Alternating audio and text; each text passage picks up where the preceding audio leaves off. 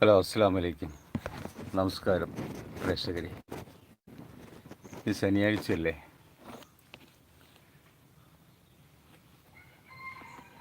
ജനുവരി 11.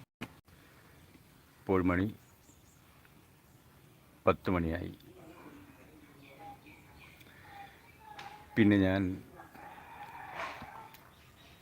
Life നല്ല രീതിയിൽ കുറേ നല്ല നല്ല സഹോദരങ്ങളെയും സഹോദരിമാരുടെയും ലൈവ് കണ്ട് ശീലിച്ചിട്ടുണ്ട്. എന്നാൽ ചില ലൈവിന് വേണ്ടി മാത്രം ആഗ്രഹിച്ചു ലൈവ് തുടങ്ങുന്നു, എന്തൊക്കെയോ പറയുന്നു. പക്ഷേ ഞാൻ ഉദ്ദേശിക്കുന്നത്, നമ്മളൊരു ലൈവ് ചെയ്യുമ്പോൾ നമ്മളെ മെനക്കെട്ട് കാണുന്നവർ ഇല്ലെങ്കിൽ കേൾക്കുന്നവർക്ക് എന്തെങ്കിലും ഒരു ഗുണപാഠം നമ്മളെ വാക്കിലൂടെ ഉണ്ടാകണമല്ലോ എന്നതാണ് ഞാൻ ആഗ്രഹിച്ചത്. അപ്പം ഞാൻ ഉദ്ദേശിക്കുന്നത്, എന്തെങ്കിലും ഒരു ഗുണപാഠം ജനങ്ങൾക്കുണ്ടാകണം, നമ്മളെ കേൾക്കുന്നവർക്കുണ്ടാകണം. അല്ലാതെ നമ്മൾ വെറുതെ ഇങ്ങനെ ഒരു പുഴക്കരവിൽ ഒരു ചൂണ്ടയിട്ടിരിക്കുന്നത് മാതിരി ഇങ്ങനെ കാത്തിരുന്നു കൊണ്ട് എപ്പോഴാ മീൻ കൊത്തുക, എപ്പോഴാ ചൂണ്ടൽ വലിക്കുക, എപ്പോഴാ ഭക്ഷിക്കുക എന്ന് കാത്തിരുന്നുകൊണ്ട് അങ്ങനെ ഇരുന്നാൽ നമ്മളിൽ മുൻപരിചയമില്ലാത്തവരും കണ്ടിട്ടും കേട്ടിട്ടില്ലാത്ത ബഹുമാന്യ നല്ല നല്ല പ്രേക്ഷകരായിരിക്കാം ഈ ലൈവിലേക്ക് ശ്രദ്ധിക്കപ്പെടുന്നത്. അപ്പോൾ അവർക്ക് എന്തെങ്കിലും ഒരു ഗുണപാഠം വേണ്ടേ? അപ്പോൾ അങ്ങനെ കാത്തിരുന്ന് ഒടുവിൽ കിട്ടുന്ന സമയത്ത്, നിങ്ങൾ ചോറുണ്ടോ, അല്ലെ ചായ കുടിച്ചോ, അല്ലെ ഭക്ഷണം കഴിച്ചോ, അല്ലെങ്കിൽ പിന്നെ കുട്ടികളുണ്ടോ എന്ന് ചോദിച്ചതിന് ശേഷം പിന്നീടായിരിക്കും ഒരു പക്ഷേ ഭർത്താവുണ്ടോ എന്ന് ചോദിക്കുന്നത്.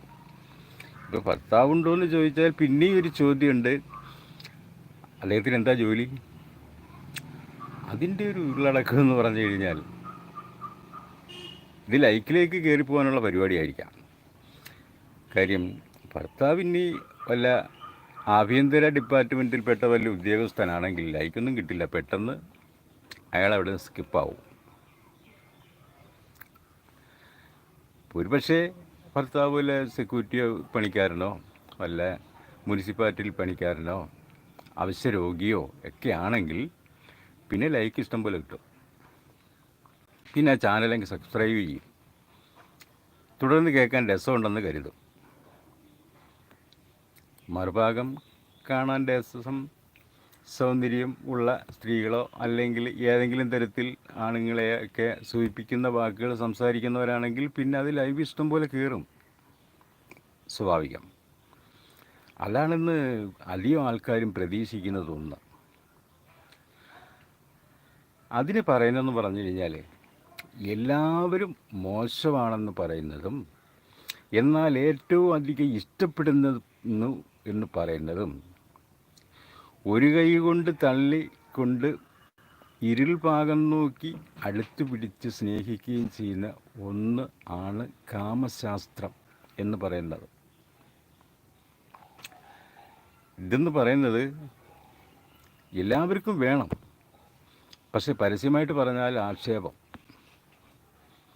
എല്ലാവർക്കും ഇഷ്ടമുള്ള കാര്യം തന്നെയാണ്, പക്ഷെ പരസ്യമായിട്ട് പറയാൻ പാടില്ല, അത് ചീത്തയാണ്, മോശമാണ്, ആക്ഷേപമാണ്.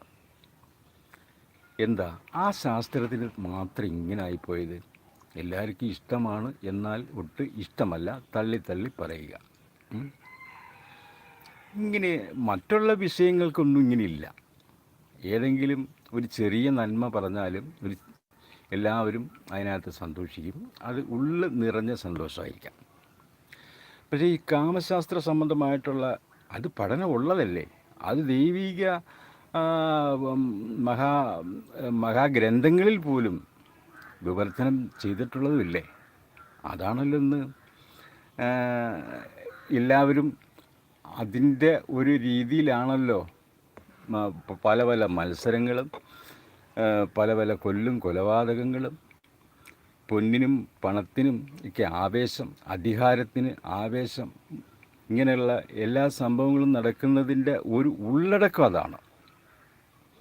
കാമശാസ്ത്രത്തിൻ്റെ ഉള്ളടക്കത്തിലേക്ക് കാലുകുത്തി നിന്നുകൊണ്ട് അല്ലെങ്കിൽ എത്തി നോക്കിക്കൊണ്ട് കടന്നു കയറാനുള്ള ഒരു മോഹത്തിൽ ആണ് ഈ അധികാര പരിധികൾ അധികം ആൾക്കാരും പിടിച്ച് കസ്റ്റഡിയിലാക്കാനും സ്വന്തമാക്കാനും ശ്രമിക്കുന്നത് എന്നാണ് എൻ്റെ തോന്നൽ. അത് തെറ്റാണോ ശരിയാണോ എന്നൊന്നും എനിക്ക് വ്യക്തമായിട്ട് അറിയില്ല. പക്ഷേ ഞാൻ മനസ്സിലാക്കിയതിൻ്റെ ഒരു രഹസ്യം അങ്ങനെയാണെന്ന് എനിക്ക് തോന്നി. അതുകൊണ്ടാണ് ഞാൻ അങ്ങനെ പറയേണ്ട വന്നത്. തെറ്റെന്തെങ്കിലും ഉണ്ടെങ്കിൽ സോറി. എൻ്റെ അറിവ് ഞാൻ പറയുന്നു. ഇനി നിങ്ങളറിവിൻ്റെ വാസ്തവം എന്താണെന്ന് നിങ്ങൾക്കേ അറിയൂ. അപ്പം അതുകൊണ്ട് ഞാൻ പറയാൻ ഉദ്ദേശിച്ചെന്ന് പറഞ്ഞു കഴിഞ്ഞാൽ, ഈ സുഖമാണോ, ചോറുണ്ടോ, ചായ കുടിച്ചോ എന്നൊക്കെ നമ്മൾ ഒരാളോട് ചോദിക്കുമ്പോൾ ഒരു പക്ഷേ അയാൾ വിശന്ന് പൊരിഞ്ഞിരിക്കുന്ന ആളാണെങ്കിൽ പോലും അയാൾ ആലോചിക്കും, ഇനിയിപ്പോൾ ചായ കുടിച്ചില്ലെന്ന് പറഞ്ഞാലോ ഭക്ഷണം കഴിച്ചില്ലെന്ന് പറഞ്ഞാലോ ഈ യൂട്യൂബർ എനിക്കത് കൊണ്ടുതരാൻ കഴിയുമോ? ഇല്ല.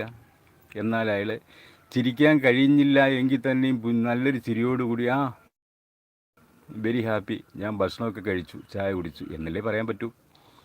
എന്നാൽ നമ്മളെ ചോദ്യത്തിൻ്റെ അർത്ഥം എന്താണ്? അതിനേക്കാൾ ഒരു തരത്തിൽ ചിന്തിക്കുമ്പോൾ നല്ലതല്ലേ, ജീവിതത്തിൽ ആവശ്യമായിട്ടുള്ള ഒരുപാട് ഘടനകളുണ്ട്, ഒരുപാട് മേഖലകളുണ്ട് പഠിക്കേണ്ടതും നമ്മൾ പഠിക്കാതിരുന്നതും. അപ്പോൾ അതിനെക്കുറിച്ചുള്ള ചില കാര്യങ്ങൾ ചില ലൈവിൽ വന്നിട്ട് പറഞ്ഞു കഴിഞ്ഞാൽ അതിലൊരു ഗുണപാഠം ഉണ്ടാവും. അതെങ്ങനെയെന്ന് വെച്ച് കഴിഞ്ഞാൽ, നമ്മളിൽ പഴയ ആൾക്കാർ പലരും നൂറുകണക്കിന് ജോലികൾ ചെയ്ത് കഷ്ടവും നഷ്ടവും പല പല പ്രശ്നങ്ങൾ ഇടപെട്ടുള്ള പരിശീലന അറിവുകളുണ്ട്. പക്ഷേ ഇന്നത്തെ ന്യൂ ജനറേഷൻ എന്ന് പറയുമ്പം അവർ പഠിക്കുന്നത് എന്ത്? ആ പഠനത്തിൻ്റെ സ്ഥിതി അനുസരിച്ചുള്ള ഒരു ജോലി മാത്രം ചിലപ്പോൾ പൂർത്തിയാക്കി ചെയ്താൽ ചെയ്തു, ഇല്ലെങ്കിൽ ഇല്ല. അത് ഏത് വിഷയമായി തന്നെയും പഠിച്ചെടുക്കാൻ വളരെ കഷ്ടപ്പെടും കേട്ടോ. പഠിച്ചെടുക്കാൻ ഏത് തരത്തിലും കോപ്പി അടിച്ചായാലും എങ്ങനെയായാലും ഒരുപാട് കഷ്ടപ്പെടും. ഇനിയിപ്പോൾ അതിലൊന്നും ഫുൾ മാർക്ക് കിട്ടിയില്ലെങ്കിൽ പിന്നെ എന്ത് ചെയ്യുക? പിന്നെ സംതിങ് കൊടുത്തെങ്കിലും ഒരു ചുരുങ്ങിയത് പഞ്ചായത്ത് ഓഫീസിൽ കയറണമെങ്കിൽ കയറിക്കഴിഞ്ഞാലോ പിന്നാണ് അവരുടെ രാജഭരണം. ആ ചെറിയ ഓഫീസിൽ കിട്ടുന്ന ജോലിയുടെ ഒരു പിയൂണും കാണിക്കും പാവങ്ങളോട്. അതായത് വീണ്ടും എന്തെങ്കിലുമൊക്കെ ആർത്തി പിടിച്ച് ചെല്ലുന്ന അപേക്ഷകരോട് യാചകരോടും ഒക്കെ പാഠം പഠിപ്പിക്കുന്ന ഒരുപാട് ഉദ്യോഗസ്ഥരാണ് ഇന്ന് നിലവിലുള്ളത്. എന്നാൽ അവർ വന്ന വഴിയും യാചനകളും കഷ്ടപ്പാടും ഒക്കെ അവർ മറക്കും. പിന്നെ അവരുടെ ഡയലോഗൊക്കെ കേട്ട് കഴിഞ്ഞാൽ നമ്മളൊരു അപേക്ഷയും കൊണ്ട് ചെന്ന് കഴിഞ്ഞാൽ നമ്മൾ വിചാരിക്കും ഇവരൊക്കെ ഈ ഭാഗങ്ങളൊക്കെ വയറ്റിന്നേ പഠിച്ചുകൊണ്ടാണ് ഭൂമിയിലേക്ക് ജനിച്ചത്. എന്നാൽ അതിനെക്കാട്ടി അറിവുള്ള ഒരാളായിരിക്കും അപേക്ഷകനായി ചെന്ന ഞാൻ. നമുക്കൊരു വിലയും കൽപ്പിക്കില്ല. കാരണം നമുക്കൊന്നും അറിയാത്ത പുഴു. നമുക്കറിയാമെങ്കിലും അറിയാൻ വയ്യാത്തതാണൊക്കെ നിൽക്കാൻ പറ്റൂ. എന്നാങ്കിൽ പിന്നെ നമ്മളതങ്ങോട്ട് തിരിച്ച് മേഡം അല്ലെങ്കിൽ സാർ എനിക്ക് അതറിയാം, അതിനിങ്ങനൊരു നിയമം ഇല്ലയോ എന്നൊരു ചോദ്യം ചോദിച്ചു പോയാൽ കുടുങ്ങി. പിന്നെ നമ്മൾ 3 പ്രാവശ്യം നടന്നാൽ പോരാ, 300 പ്രാവശ്യം നടന്നാലും നമ്മളെ ആ കാര്യം വിജയിച്ച് കിട്ടത്തില്ല. ഇതൊരു പഞ്ചായത്ത് ഓഫീസിനെ കുറിച്ച് മാത്രമല്ല പറയുന്നത് കേട്ടോ.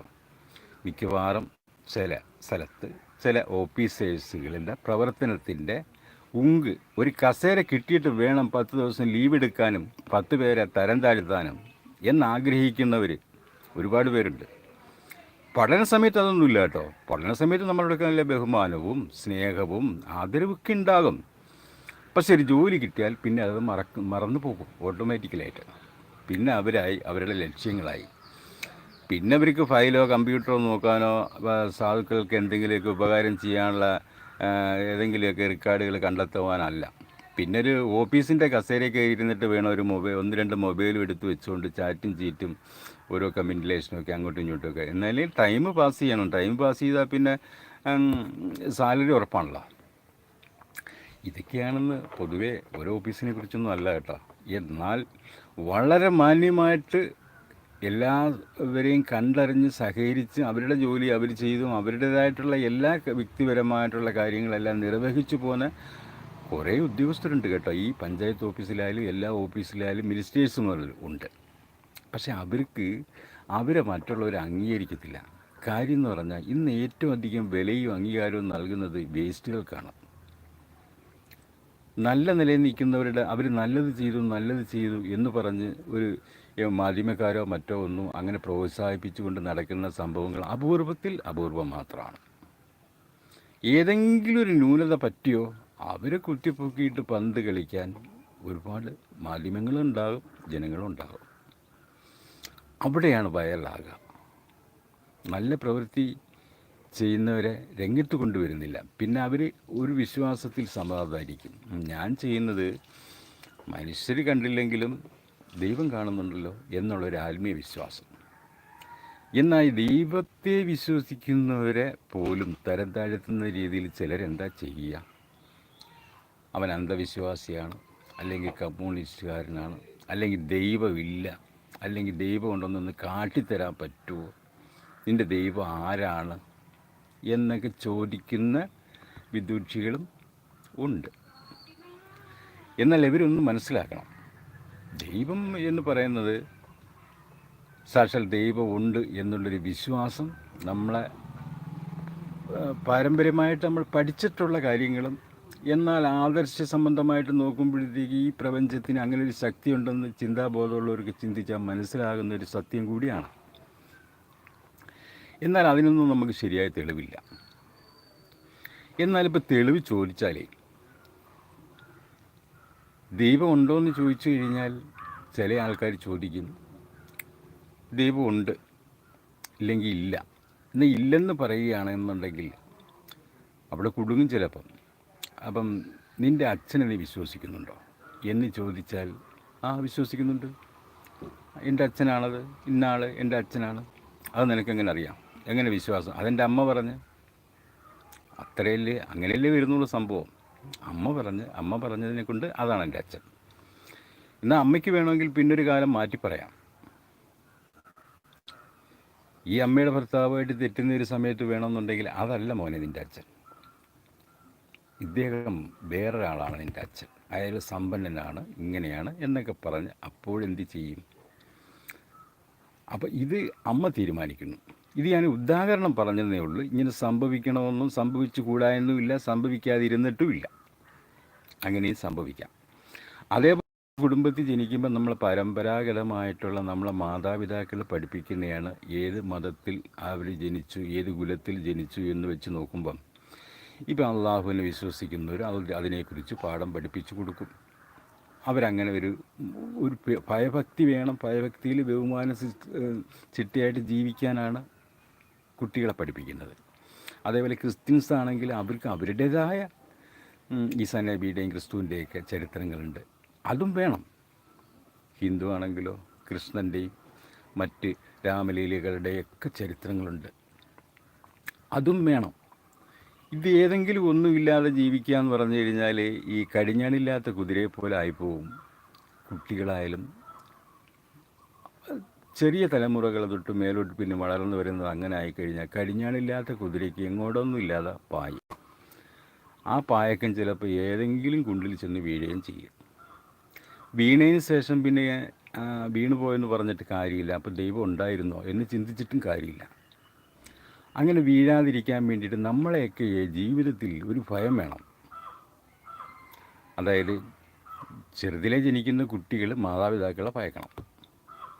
ആ കുട്ടികൾ പിന്നെ വളർന്ന് വലുതായി കുടുംബവും മക്കളുമൊക്കെ വലുതായി ഇങ്ങനെ വരുമ്പോഴത്തേക്ക് പിന്നെ ഇത് നാഥനായിട്ട് മാറുകയാണല്ലോ ഈ കുട്ടി. 10-60 വയസ്സൊക്കെ ആകുമ്പോൾ നാഥനായിട്ട് മാറുകയാണല്ലോ. അപ്പം നമ്മൾ ചിന്തിക്കും ഇനി നമുക്ക് മേളിൽ ചിന്തിക്കാൻ ആരുമില്ല, പേടിക്കാൻ ആരുമില്ല, അപ്പനും അമ്മുമ്മായും ബാപ്പായൊക്കെ മരിച്ചുപോയി. അതല്ല, അവിടെ നമ്മൾ അപ്പോഴാണ് ഈ ചിലർ പറഞ്ഞിട്ടില്ലേ, വയസ്സാകുമ്പോൾ ചിലർ ദൈവത്തിൽ ആരാധന കൂടുന്നു, ചെറുപ്പത്തിൽ അഹങ്കരിച്ച് നടക്കുന്നു. ആ ചെറുപ്പത്തിൽ അഹങ്കരിച്ച് നടക്കുന്ന അന്നേരം നമ്മളെ ചിലർ ദൈവത്തിനല്ല പേടിക്കുന്ന അവരുടെ മുതിർന്ന അച്ഛനെയോ അമ്മയോ അല്ലെങ്കിൽ അപ്പൂമ്മമാരെയൊക്കെ ആയിരിക്കാം. പക്ഷേ ഇതിപ്പോൾ പറഞ്ഞ കണക്ക് ഇവരെല്ലാം പോയി, ഇപ്പം നമ്മളാണ് ഒരു ഗ്രഹത്തിൽ മൂത്തത് വലിയ ആൾ എങ്കിൽ നമ്മൾ പിന്നെന്താ ഭയക്കേണ്ടത്? നമ്മൾ പിന്നെ ഭയക്കേണ്ടത് നമുക്ക് മേളിലൊരു ദൈവമുണ്ട്, നമ്മൾ എന്ത് തെറ്റ് ചെയ്താലും ദൈവം അത് കാണുന്നുണ്ട്, അവൻ നമ്മളെ എന്നെങ്കിലും ഒരു തരത്തിൽ ശിക്ഷിക്കും. അപ്പോൾ ആ ശിക്ഷയിൽ നിന്നും രക്ഷപ്പെടാൻ വേണ്ടിയിട്ട് നമ്മൾ ഒരു തെറ്റുകളും പരമാവധി ചെയ്യാൻ പാടില്ല. നമ്മൾ മുമ്പ് ചില തെറ്റുകളൊക്കെ അറിവില്ലാത്ത കാലത്ത് ഒരു പക്ഷേ ചെയ്തിട്ടുണ്ടാകാം. അതിൽ നിന്നൊക്കെ നമുക്കൊരു മോചനം വേണം എന്നൊക്കെ നമ്മൾ ആഗ്രഹിക്കും. അതിനോടൊപ്പം തൻ്റെ മകൻ തൻ്റെ മക്കൾ തന്നോളം ആയാൽ നമ്മൾ ബഹുമാനിക്കേണ്ടതായിട്ടുണ്ട്. അതായത് മുമ്പ് കുട്ടികൾ നമ്മളെ ബഹുമാനിച്ചില്ലേ, അച്ഛ ബാപ്പ എന്നൊക്കെ പറഞ്ഞുകൊണ്ട്. അതേപോലെ തലതിരിച്ച് നമ്മൾ മുതിർന്നു പോയി എങ്കിൽ തന്നെയും നമ്മളെ അവസാന കാലം വരുമ്പോഴത്തേക്ക് തിരിച്ച് നമ്മൾ ആ മക്കളെ ബഹുമാനിക്കേണ്ട സാഹചര്യം വരും. തെറ്റല്ല, അത് വേണം. കാര്യം നമുക്ക് പ്രായമേ മൂത്തിട്ടുള്ളത്, ഒരുപക്ഷെ അറിവിൽ കൂടുതൽ മികച്ചവർ അവരാകാം. അതായത് നമ്മളാണല്ലോ അവരെ പഠിപ്പിച്ചിരിക്കുന്നത്. അപ്പം നമ്മളെക്കാട്ടി മെച്ചപ്പെടണമെന്ന് ആഗ്രഹിച്ചല്ലേ നമ്മൾ പഠിപ്പിക്കുന്നത്. അപ്പം നമ്മളുടെ മക്കൾ നമ്മളെക്കാൾ വലുതാകുന്നതിനകത്ത് നമ്മൾ സന്തോഷിക്കുക. അപ്പോൾ അവർ നമ്മളെ ബഹുമാനിക്കുക. ബഹുമാനം എന്ന് പറഞ്ഞാൽ ദൈവത്തെ ബഹുമാനിക്കുന്ന കണക്കൊന്നും അല്ല ഞാൻ പറഞ്ഞിട്ടോ. ഒരു പരിധിയിൽ അവരുടെ കാര്യങ്ങൾ അംഗീകരിക്കുക, അറിയുക, ആ ഒരു ബഹുമാന സൂചകം. ഭയപ്പെടുക എന്ന് വെച്ചാൽ അവരുടെയൊക്കെ 1 വയസ്സോ 2 വയസ്സോ ഒക്കെ ഉള്ളപ്പം ഒരു പക്ഷേ നമ്മളെന്തെങ്കിലും തെമ്മാടിത്തരങ്ങൾ കാണിച്ചിട്ടുണ്ടാകാം. എന്നാൽ അവരൊക്കെ നമ്മളെപ്പോലെ ആകുമ്പം നമുക്ക് കാട്ടാൻ പറ്റുമോ? അതെന്ന് പറഞ്ഞു കഴിഞ്ഞാൽ അപ്പോൾ അവർക്കതൊരു പാഠമാകില്ലേ? അതോടൊപ്പം അവരുടെ ജീവിതം നശിച്ചു പോവില്ലേ? ആക്രമികളായി പോവില്ലേ? ഇതൊക്കെ മാതാപിതാക്കൾ ചിന്തിക്കേണ്ടതായിട്ടുള്ള വശങ്ങളും കാര്യങ്ങളും ആണല്ലോ. അപ്പോൾ അതൊക്കെ വെച്ച് നോക്കുമ്പം നമ്മൾ ഏത് രീതിയിലും ജീവിതത്തിൽ കുറേ കാര്യങ്ങൾ മനസ്സിലാക്കി മുന്നോട്ട് പോകാനുണ്ട്. പിന്നെ ഈ ലൈവിൽ കൂടി കാണുന്ന ഒരു പക്ഷേ 100-ലധികം പ്രേക്ഷകരുണ്ടാകാം, അല്ലെങ്കിൽ ചിലപ്പം ആയിരക്കണക്കിനോ ലക്ഷക്കണക്കിനോ ഒരു പക്ഷേ ഉണ്ടാകാം. ഇവരെയൊക്കെ നമുക്ക് നേരിട്ടൊന്ന് കണ്ടിട്ടോ കേട്ടിട്ടോ പോലും ഇല്ലാത്തവരായിരിക്കും. എന്നാൽ നമ്മൾ സ്നേഹപൂർവ്വം ചേട്ടാ, സാറ് അല്ലെങ്കിൽ മേഡം എന്നൊക്കെ പറഞ്ഞ് ബഹുമാന സൂചകമായിട്ട് സംസാരിക്കുന്നു. അപ്പോൾ നമ്മൾ വിചാരിക്കും ഇവരുമായിട്ട് ഒരു ബന്ധം, ഈ ലക്ഷക്കണക്കിന് ആൾക്കാരുമായിട്ട് ഈ ലൈവ് ചെയ്യുന്ന ആൾക്ക് ബന്ധമുണ്ടോ? ഇല്ല. നമ്മൾ ജനിക്കുമ്പം നമ്മളുടെ മാതാപിതാക്കളുമായിട്ടുള്ള ബന്ധം, സഹോദരങ്ങളുമായിട്ടുള്ള ബന്ധം മാത്രമല്ലേ അവിടെ വരുന്നുള്ളൂ. എന്നാൽ ഒരു പക്ഷേ ബന്ധങ്ങൾ ബന്ധനമായി മാറുന്നൊരു സമയം വരും, ശത്രുക്കൾ മിത്രുക്കളായി വരുന്നൊരു സമയം വരും. അത് ഏത് രീതിയിലും ചിന്തിക്കാം. ഇന്ന് ആ ഒടുവിൽ ശത്രുക്കൾ തന്നെയാണ് മിത്രുക്കളായി വരുന്നത്, അല്ലെങ്കിൽ അകന്ന ബന്ധുക്കളാണ് ബന്ധുക്കളായിട്ട് പിന്നീട് വരുന്നത്. നമുക്ക് ഒരു ഉദാഹരണത്തിൽ പറഞ്ഞു കഴിഞ്ഞാൽ, നമ്മൾ ഇന്ന് ജീവിക്കുമ്പം നമ്മളെ ഭാര്യ, മക്കൾ, ഈ ഭാര്യ എന്ന് പറയുന്നവരെ നമുക്ക് മുമ്പ് വല്ല ബന്ധവും ഉണ്ടായിരുന്നു? നമ്മൾ വിവാഹം കഴിക്കുന്നതിന് മുമ്പ് എന്തെങ്കിലും ബന്ധമുണ്ടോ, കണ്ടിട്ടുണ്ടോ, കേട്ടിട്ടുണ്ടോ? ഇല്ലല്ലോ. എന്നാൽ പിന്നീട് അവരുമായിട്ടുള്ള ബന്ധങ്ങളും സഹകരണങ്ങളും മുന്നോട്ട് പോകുമ്പോഴത്തേക്ക് ആദ്യം ഒരു കാമുകി ബന്ധമായിരിക്കും അവർ, പക്ഷേ പിന്നീട് ഭാര്യ, പിന്നീട് സഹോദരി, അമ്മ, അങ്ങനെ സുഹൃത്ത് ബന്ധം. ഈ എല്ലാ ബന്ധങ്ങളും പുലർത്തുന്നത് ഭാര്യയുടെ മേൽക്കാകുമ്പോഴത്തേക്ക് എന്താ അവിടെ സംഭവിക്കുന്നറിയാമോ? മെല്ലെ മെല്ലെ ഇവൻ്റെ സഹോദരങ്ങളെയും, അതായത് സഹോദരങ്ങളിൽ നിന്ന് കിട്ടുന്നതിനെക്കാട്ടി കൂടുതൽ സ്നേഹം ഭാര്യയിൽ നിന്ന് കിട്ടുമ്പോൾ സഹോദരങ്ങളെ മെല്ലെ അങ്ങോട്ട് വെറുക്കാൻ തുടങ്ങും. അതേ കണക്ക് അമ്മയിൽ നിന്ന് കിട്ടുന്നതിനെക്കാട്ടി കൂടുതൽ സ്നേഹവും സംരക്ഷണവും ഭാര്യയിൽ നിന്ന് കിട്ടുമ്പോഴത്തേക്ക് മെല്ലെ അമ്മയും മെല്ലെ മെല്ലെ വെറുക്കാൻ തുടങ്ങും. അതേ കണക്ക് അച്ഛനിൽ നിന്ന് കിട്ടുന്ന ചില നല്ല അറിവുകളോ കാര്യങ്ങളിൽ നിന്ന് അതിനെക്കാട്ടി മികച്ചത് ഭാര്യയിൽ നിന്ന് കിട്ടുകയാണെങ്കിൽ ഒരു പക്ഷേ അച്ഛനെയും വെറുക്കാൻ തുടങ്ങും. എന്നാൽ ഇതൊക്കെ ലോകത്തിൻ്റെ മുന്നിൽ ഒരഭിമാനത്തിന് വേണ്ടിയിട്ട് മാതാപിതാക്കളെ തരം താഴ്ത്തണ്ടല്ലോ എന്ന് കരുതി മാതാപിതാക്കളെ സ്വീകരിക്കുന്ന മക്കളും ഉണ്ട്. എന്നാൽ അറിവിൻ്റെ ഉറവിടമായുള്ള ചില ഭാര്യമാരുണ്ട്. ഈ മകൻ എവിടുന്ന് വന്നു, ആരുടെ മകനാണ്, ആരാണ് അവനെ പഠിപ്പിച്ച് ഇത്തരത്തിലായത്, എനിക്കെൻ്റെ ജീവിതത്തിലേക്ക് കൈ പിടിച്ച് തന്നവനാരാണ്? അപ്പോൾ ആ മാതാപിതാക്കളെ ബഹുമാനിക്കുകയും സ്നേഹിക്കുകയും വേണം എന്ന് ഭർത്താവിനോട് പറഞ്ഞു കൊടുക്കുന്ന സ്ത്രീകളും അനവധിയുണ്ട്. നല്ല നല്ല ഭാര്യമാരുമുണ്ട്. എന്നാൽ മാതാപിതാക്കൾക്ക് കൂടുതൽ പ്രതിഫലങ്ങൾ എനിക്ക് കിട്ടേണ്ടത് അങ്ങോട്ട് പോകുമല്ലോ എന്ന് കരുതി അത് വേണ്ട, അതങ്ങനെ വേണ്ട, ഇങ്ങനെ മതി, നമ്മളാണ് വലുത്. ഇവിടെ വേറെ മാതാപിതാക്കൾ ആരുമില്ല. നിങ്ങളെൻ്റെ ഭർത്താവാണ്, ഞാൻ നിങ്ങളെ ഭാര്യയാണ്. അപ്പം അതുകൊണ്ട് നമ്മളെ മക്കളാണ്. ഇതിനപ്പുറത്തോട്ടൊരു ബന്ധം വേണ്ട എന്ന് പറഞ്ഞ് തീച്ചങ്ങല കെട്ടി ജീവിക്കുന്ന കുടുംബങ്ങളും ഇന്നുണ്ട്. ഇതിലെവിടെയാണ് സുഖം, സന്തോഷം? നമ്മൾ ഈ ദുനിയാവിൽ വന്ന കുറച്ച് നാളത്തെ ജീവിതത്തിലല്ലേ. അത് അടുത്ത നിമിഷം നമ്മൾ ഉണ്ടാകുമോ ഇല്ലയോ എന്ന് ആർക്കറിയാം. എന്നാൽ ആ ദൈവം പരീക്ഷിക്കാൻ വേണ്ടിയിട്ട് നല്ലതും ചീത്തയും ചെയ്യാൻ അനുവദിക്കുന്ന ഒരു ഇതാണ് ദുനിയാവ്. ആ ദുനിയാവിൽ നന്മ ചെയ്യുന്നവർക്ക് തീർച്ചയായിട്ടും നന്മയുണ്ടാകുമെന്ന് എല്ലാ മതഗ്രന്ഥങ്ങളിലും ഉണ്ട്. തിന്മ ചെയ്യുന്ന ദോഷപ്രവർത്തികൾ ചെയ്യുന്നവർക്ക് തീർച്ചയായിട്ടും അതിൻ്റേതായ ശിക്ഷ ചിലർക്ക് ഈ ദുനിയാവിൽ തന്നെ അനുഭവിക്കുകയും പിന്നീട് ചിലപ്പം എന്തോ അറിയില്ല, മരിച്ചതിന് ശേഷം ഉള്ള കാര്യം അറിയില്ല. അതൊക്കെ ഗ്രന്ഥങ്ങളിൽ പറയുന്ന കാര്യങ്ങളാണ്. എന്നാലൊട്ട് വിശ്വസിക്കാതിരിക്കാൻ പറ്റത്തില്ല, എന്നാൽ ഭയക്കുകയും വേണം. അപ്പം അതുകൊണ്ട് നമ്മളുടെ ജീവിതത്തിൽ നമ്മൾ കുറേ കരുതലും കരുണയും വേണം എല്ലാവർക്കും. നമ്മൾ വന്ന വഴി മറക്കരുത്. ചെളിക്കുഴിയിൽ നിന്നുമാണ് ചെന്താമര വിടരുന്നത്. എന്നാൽ എല്ലാവർക്കും നീല പുഴയുടെ മേളിൽ നിൽക്കുന്ന, തടാകത്തിൽ നിൽക്കുന്ന ആ പുഷ്പത്തെ ആചരിക്കും, മണപ്പിക്കും, ഇഷ്ടപ്പെടും, ബഹുമാനിക്കും.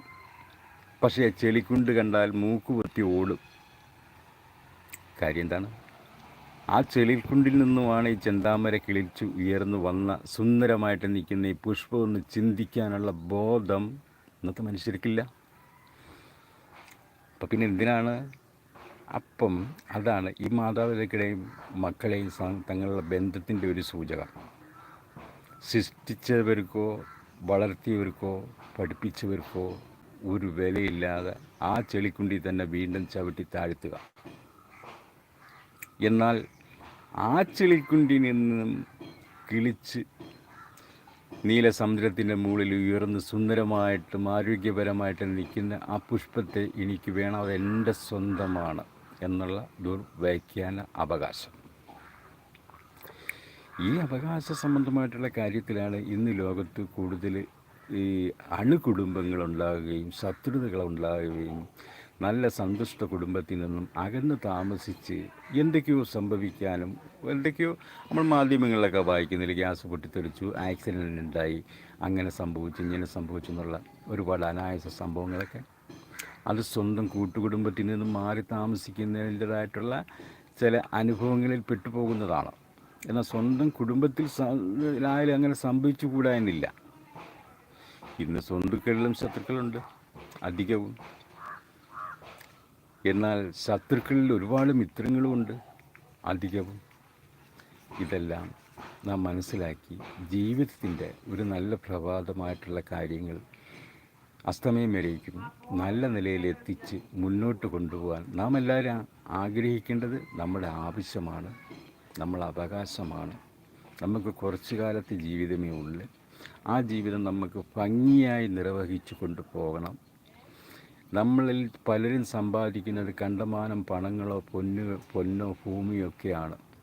എന്നാൽ നാം ഒന്ന് ആലോചിച്ച് നോക്കേ, ഇതൊന്നും നമുക്ക് ഉപകരിക്കില്ല.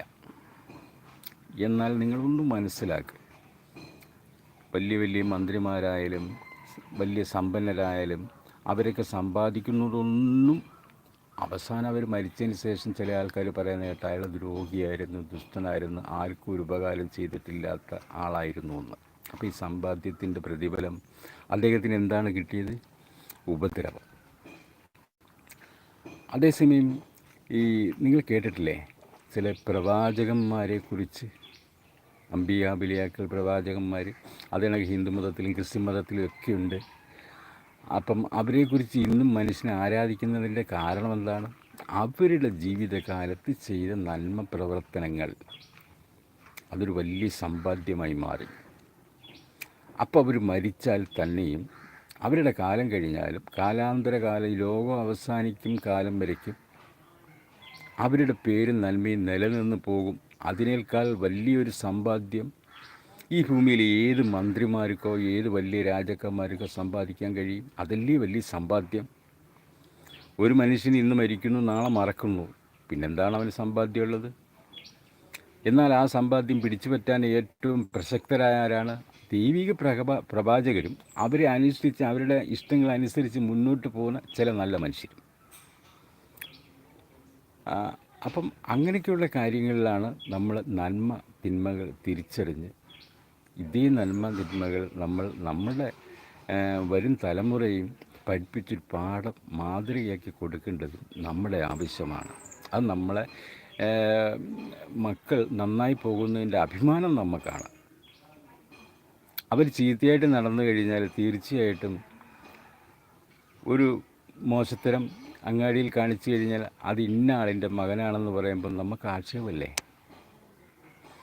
അതല്ലെങ്കിൽ പിതാവ് ഒരു ചീത്തയായിട്ട് നടന്നു കഴിഞ്ഞാൽ അവൻ്റെ തന്ത ഇന്ന ആളാണ് എന്ന് പറയുന്നത് മോശമല്ലേ? അപ്പം ഇത് രണ്ടും നമ്മൾ കീപ്പ് ചെയ്യേണ്ടതല്ലേ? അങ്ങനെയൊക്കെ ഓരോരോ അറിവിൻ്റെ ഉറവിടങ്ങൾ നമ്മൾ മനസ്സിലാക്കി ലൈവ് ചെയ്യുന്ന എല്ലാവരും ജനങ്ങൾക്ക് കുറച്ചെങ്കിലും ഒരു ഗുണപാഠം. നമ്മൾ ലൈക്ക് കണ്ടമാനം വാരി കൂട്ടിയിട്ട് കാര്യമില്ല. നമ്മൾ ചെയ്യുന്ന പ്രവർത്തനങ്ങളിൽ എന്തെങ്കിലും ഒരു ഉപകാരം ജനങ്ങൾക്കുണ്ടാകണം. അതാണ് നമ്മൾ ആഗ്രഹിക്കുന്നത്.